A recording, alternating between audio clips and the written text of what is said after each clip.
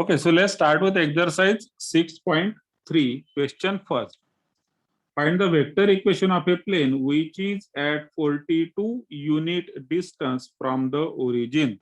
So here you can write it as given distance from the origin of a plane is nothing but p, and it is given as 42 units, and which is normal to the vector 2i plus j minus 2k. So here n bar is given. Normal vector means n bar.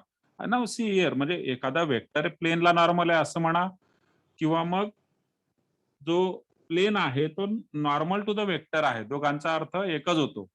ठीक आहे. Vector normal to the plane or normal plane to the vector.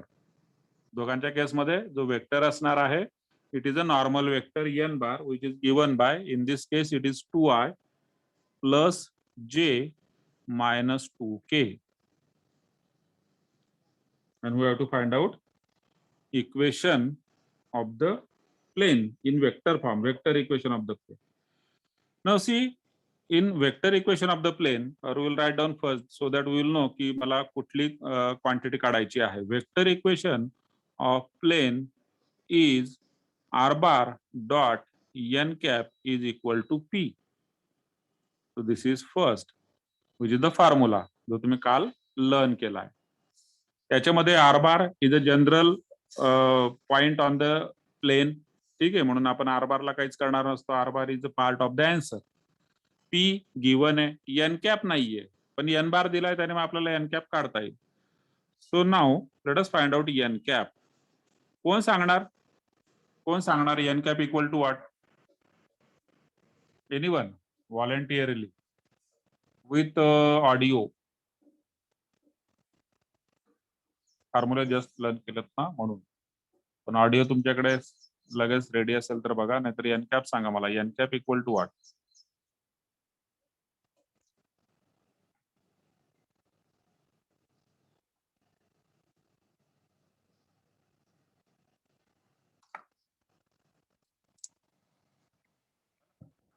So it's N bar upon mod N bar, which is equal to N bar किती आहे? 2i plus j minus 2k. Mod N बार म्हणजे under route मध्ये 2 square plus 1 square plus minus 2 square. So this is nothing but 2i plus j minus 2k upon, now this is 4 plus 4 8 plus 1 9 चा under root 3. So this is n cap, and therefore vector equation is r bar dot n cap म्हणजे किती आहे तुमचा? 2i plus j minus 2k upon 3, which is equal to 42. ठीक. आता upon 3 तिकडे multiply करू शकतो आपण. It is a scalar, it is a scalar. ठीक आहे, स्केलर तिकडे स्केलर सोबत मल्टिप्लाय होऊन जाणार. R bar in dot in bracket 2i plus j minus 2k equal to 42 3 जा 126. So that is your answer.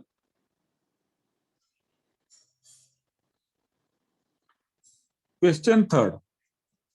Find the coordinates of the foot of the perpendicular drawn from the origin to the plane. So here given is plane.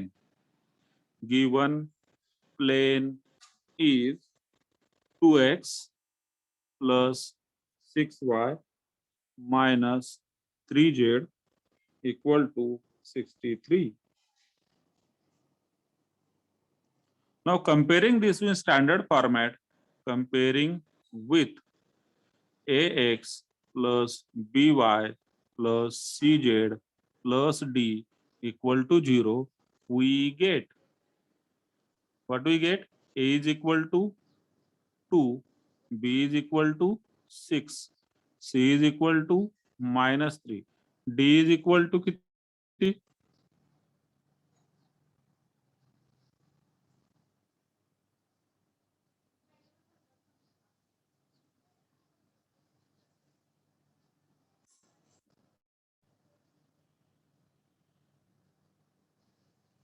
Siddhesh, D is equal to किती?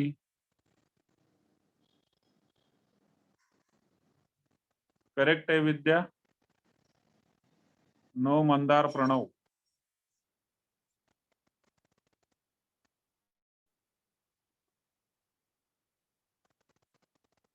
No Pranav. Siddhesh, Kalyani. Kalyani कुठे आहे आज? कल्याणीचा काही reply नाही. First time पण आलेलं नाही. हा मंदार, मग इतका विचार का करावा लागतो?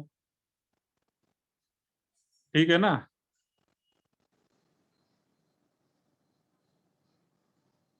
प्रणव चौधरी, ओके. तर या ठिकाणी डी ची व्हॅल्यू काय असणार आहे? मला या स्टँडर्ड फॉर्म सोबत कम्पेअर करतोय म्हणजे हा 63 इकडे आणल्यानंतर कम्पेअर होणार ना, कारण डी लेफ्ट हँड साईडला आहे, मग 63 इकडे येणार, तो होणार -63. ऍक्च्युली गरज नाही या ठिकाणी, पण आपण जस्ट कम्पॅरिझन सुद्धा बघून घेतलं. आता ABCD म्हणजेच काय? तर या ठिकाणी जे ABC आहेत they are DRS of the normal. So therefore DRS of normal are 2, 6, -3. या ज्या एबीसीच्या व्हॅल्यू असतात त्या काय असतात? DRS ऑफ नॉर्मल असतात. मला जर का फूट ऑफ द परपेंडिक्युलर काढायचा असेल तर त्याच्याकरता जो फॉर्म्युला आहे तो आहे LP, MP, NP किंवा PL, PM, PN कसंही तुम्ही म्हणू शकता. म्हणजे त्या केसमध्ये मला LMN लागत असतात आणि LMN साठी म्हणजे DCS लागत असतात. आणि DCS साठी आपल्याला DRS वरून DCS फाइंड आउट करता येतात. एक अंडररूट त्याच्यामध्ये असतो डिनॉमिनेटरला फॉर्म्युल्यामध्ये. तो अंडररूट या ठिकाणी आपण अगोदर या ठिकाणी काढून घेऊ शकतो. So under root 2 square plus 6 square plus -3 square which is equal to under root 4, 36, 9. So that is how much? 40 plus 9, 49 चा under root 7. And therefore L equal to what? L equal to A upon under root, M equal to B upon under root, N equal to C upon under root. इथे तुम्ही summation A square लिहू शकतात. So A means 2 upon 7, इकडे 6 upon 7, last -3 upon 7. या एलिमेंटच्या value झाल्यात. Therefore foot of the perpendicular, foot of the perpendicular is bracket मध्ये लिहितो मी LP, NP, NP. P here is how much? You have not find out. So हा formula आहे, एवढं लक्षात ठेवा. आता P सुद्धा आपल्याला काढावा लागणार. Distance of this plane from the origin. त्याकरता मला जे प्लेन आहे ते नॉर्मल फॉर्म मध्ये लिहावं लागेल. So therefore normal form of plane is, कारण कशा करता आता नॉर्मल फॉर्म काढतोय बघा मी, एलिमेंट तर मिळालेत मला, L, M आणि N ते आपण फाइंड आउट केले या ठिकाणी. पण P सुद्धा त्यांनी दिलेलं नाही, जसं की फर्स्ट क्वेश्चन मध्ये डायरेक्टली दिलेला होता 42, इथं दिलेला नाहीये. मग काढावा लागेल, तो आपल्याला नॉर्मल फॉर्म वरून मिळतो. So normal form is LX plus MY plus NZ is equal to P. म्हणजे बघा हा जो आहे AX plus BY plus CZ plus D equal to 0. This is just where ABCR what DRS of normal. आणि ते जर का मी LX plus MY plus NZ लिहित असेल इक्वल टू जर का P असेल, then this P represents the distance of the plane from the origin and LMN are DCS. This is called as normal form. आता माझ्याकडे एलिमेंटच्या व्हॅल्यू आहेत त्या put करतो मी या ठिकाणी. ते असणार 2/7 x प्लस 6/7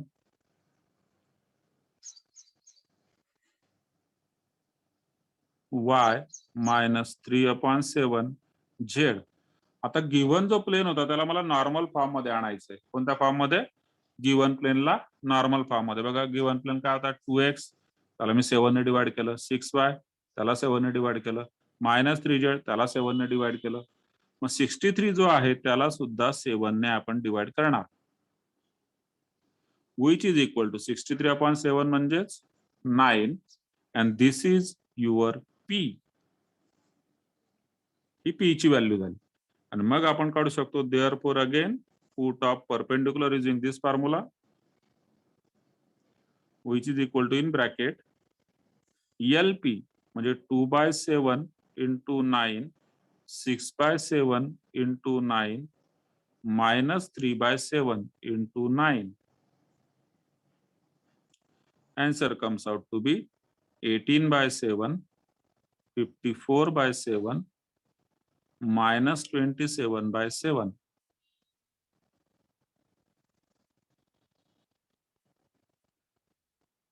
ठीक, क्लिअर आहे? काही डाऊट असेल तर विचारून घ्याल.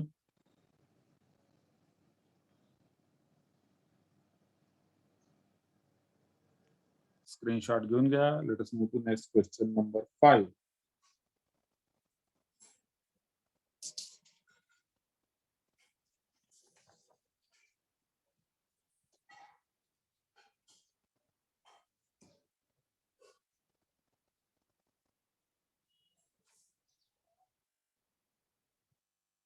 Question number 5. Find the vector equation of the plane passing through the point having position vector. आता पासिंग थ्रू द पॉइंट म्हणजे passing through the point A असतो आपल्या केसमध्ये. ठीक आहे. तर या ठिकाणी plane passing through A, so it means a bar is equal to I plus j plus k. So this is a bar, plane passing through point A. So we have find out a bar and perpendicular to the vector and perpendicular to the vector. So perpendicular to the vector, कोणता vector आहे तो या ठिकाणी जो perpendicular vector असतो त्याला आपण काय म्हणतो, त्याला म्हणतो n बार. आणि तो किती दिलेला आहे त्याने या केसमध्ये 4i 5j 6k. Now what is the equation of the vector equation of the plane passing through, बघा मी लँग्वेज मध्ये लिहितोय passing through A bar and perpendicular to n bar. Passing through a bar perpendicular to n bar is r bar dot n bar equal to a bar dot n bar. Always remember r bar is a general point. नाही तर तुम्ही शोधत बसणार r bar कुठे आहे. r bar इथं आहे आणि तो शेवटपर्यंत राहणार आहे. ठीक आहे, r bar कुठंच नाहीये, तो इथं फॉर्म्युल्यामध्ये आहे, तो शेवटपर्यंत ऍज इट इज राहणार आहे. जसे की लाईनच्या इक्वेशन मध्ये असतात X Y Z as it is ते रिमेन राहतात. तसा this is the general point on the plane. So this R bar dot N bar म्हणजेच 4i plus 5j plus 6k is equal to A bar. So that is i plus j plus k dot n bar, which is nothing but again 4i 5j 6k. Right hand side as it is राहणार, sorry left hand side as it is राहणार. Right hand साइडला dot product आहे. Dot product कोणाचा 1 into 4 plus 1 into 5 plus 1 into 6. ठीक आहे. 4 plus 5 9 plus 6 15. Left hand साइडला R bar dot 4i plus 5j plus 6k.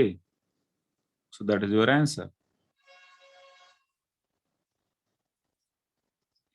Question number 7. Find the Cartesian equation of the plane passing through A 786 and parallel to the xy plane. Passing through A 786 and parallel to the xy plane. So या ठिकाणी given काय आहे, given plane passing through point A that is x1 y1 z1 आणि तो point आहे ना आपल्याला दिलेला आहे 786 हा कुणाला खुश ठेवण्यासाठी हा नंबर घेतला का 786 ठीक बर plane passing through a x1y1z1 bracket मध्ये त्याचे कोऑर्डिनेट टर्म दिले आहेत आपल्याला 786 parallel to the xy plane parallel to the xy plane parallel to xy plane मग जर का पॅरलल टू xy प्लेन असेल तर देअरफोर DRS ऑफ नॉर्मल काय असतील सांगा बरं DRS ऑफ नॉर्मल R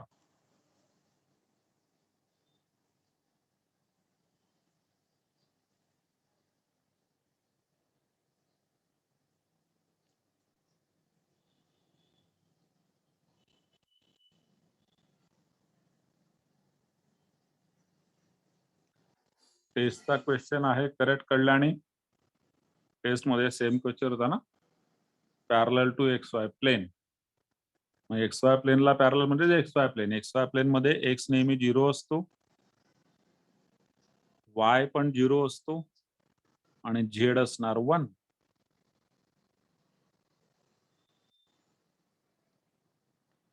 ठीक मग आता इक्वेशन ऑफ प्लेन आपल्याला काढायचं कार्टेशियन फॉर्म मध्ये मग equation of plain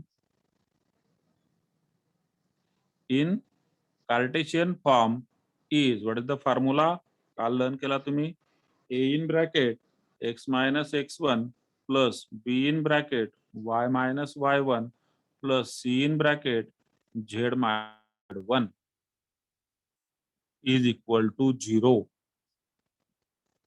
Now a ची व्हॅल्यू 0 आहे ब्रॅकेट मध्ये x मायनस जस्ट सेकंड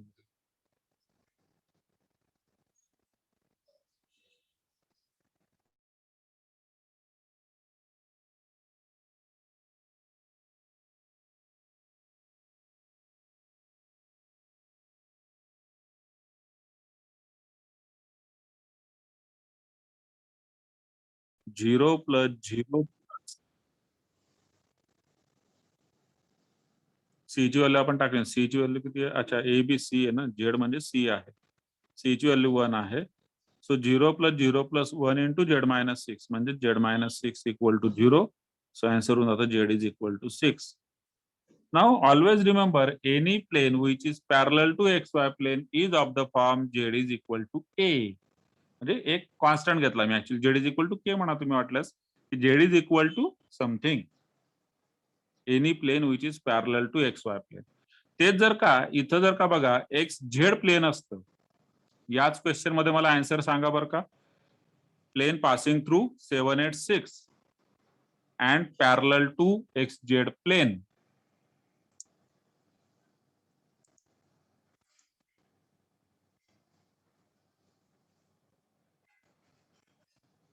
हा नाही पण काय अपूर्ण answer Mandar answer is incomplete half correct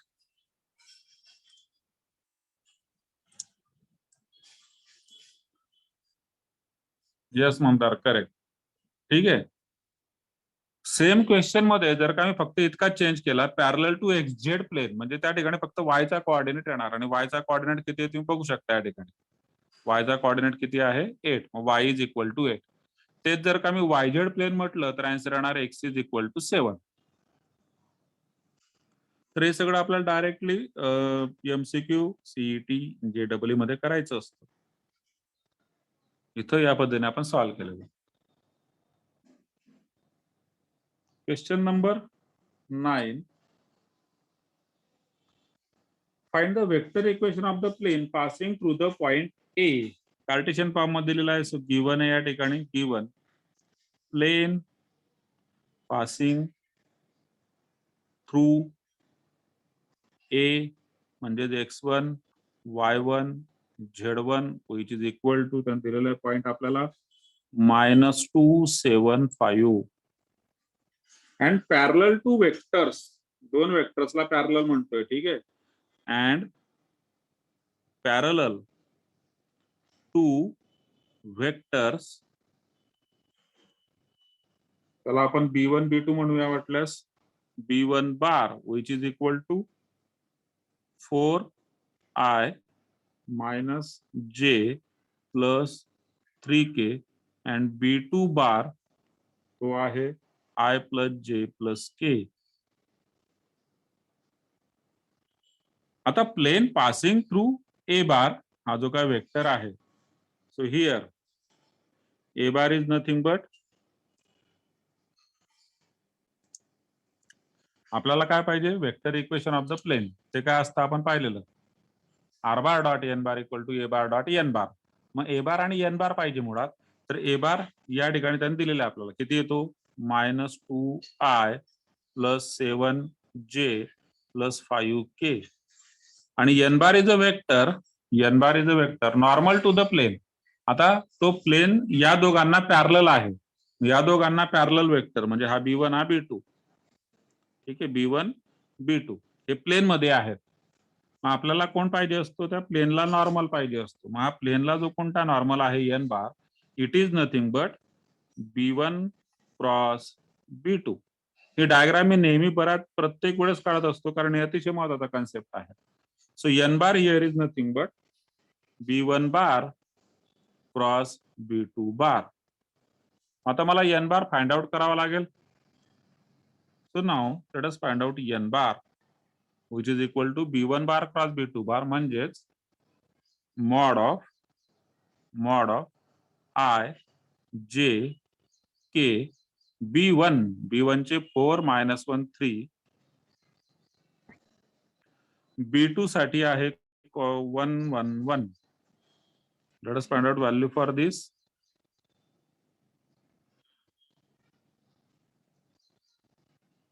केलंय विद्या मी ऍड, की पूर्वा पण काय ऍड होते, परत डिस्कनेक्ट होते, ऍड होते, परत डिस्कनेक्ट होते. Don't know what is the problem her network. अर्थात माझा पीसी डिस्कनेक्ट झाला होता, झाला परत तो जॉईन ऑटोमॅटिक.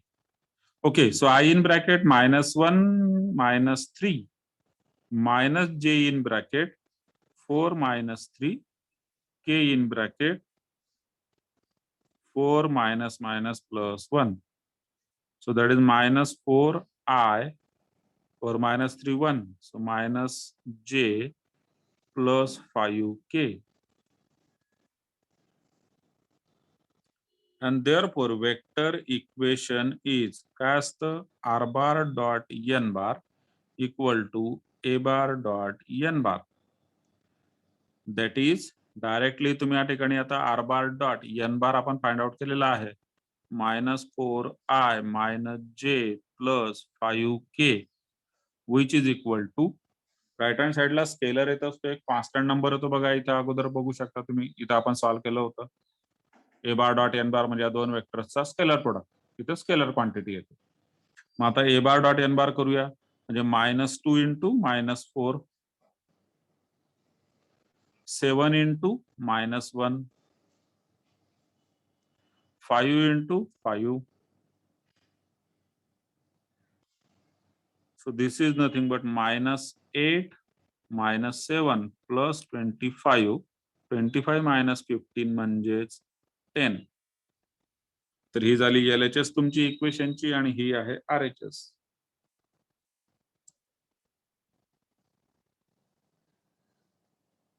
अरे हा +8 होईल ना, sorry, this is +8, so this is 26.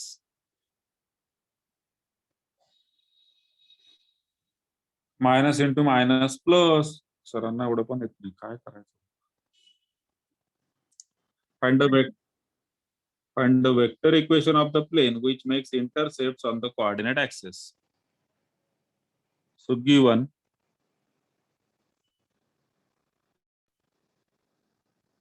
intercepts on coordinate axis, intercepts on coordinate axis are 1 1 1. Okay, and now therefore what does this mean? Therefore plane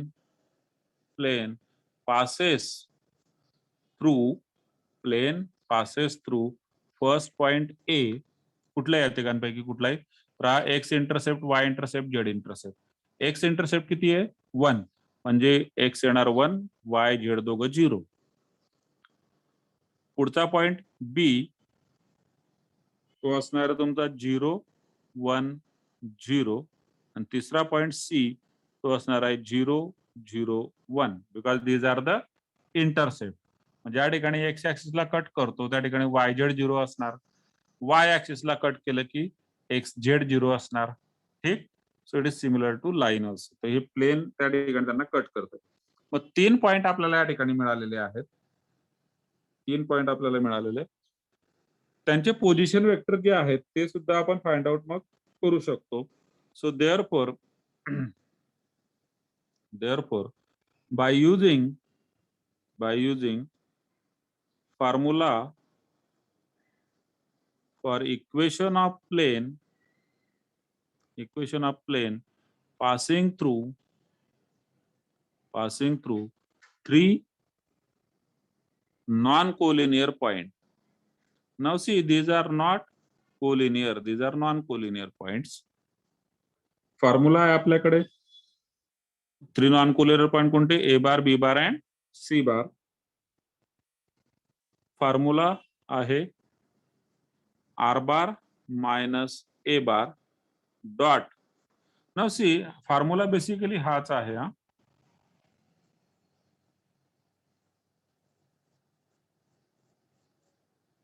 R bar dot n bar minus A bar dot n bar equal to 0. So it is passing through A bar parallel to what? Passing through A bar perpendicular to vector n bar. Parallel to perpendicular to vector n bar. So in this case, this is passing through point A bar. So we say that R bar minus A bar dot B bar minus A bar cross C bar minus A bar. We have directly written down this formula in the topic equation of plane passing through 3 non-collinear points. Equation of plane मध्ये fourth formula. Equation of plane मध्ये fourth formula. आता A bar, B bar, C बार सर्वांचे coordinate position vector आपल्याला माहिती आहे. ठीक. आपण लिहून घेऊया therefore. Now let us find out this first B bar minus A bar. Now B bar minus A bar cross C bar minus A bar is equal to what? It is determinant I, J, K. Direct find out करतोय आपण B minus A. आता हा आहे B minus A होणार. म्हणजे 0 1 0 minus 1 0 0. 0 minus 1 म्हणजे इथे येणार मायनस 1. ठीक. Then 1 minus 0 it is 1. 0 minus 0 it is 0. Cross C bar minus A bar. C bar minus A bar काय असणार?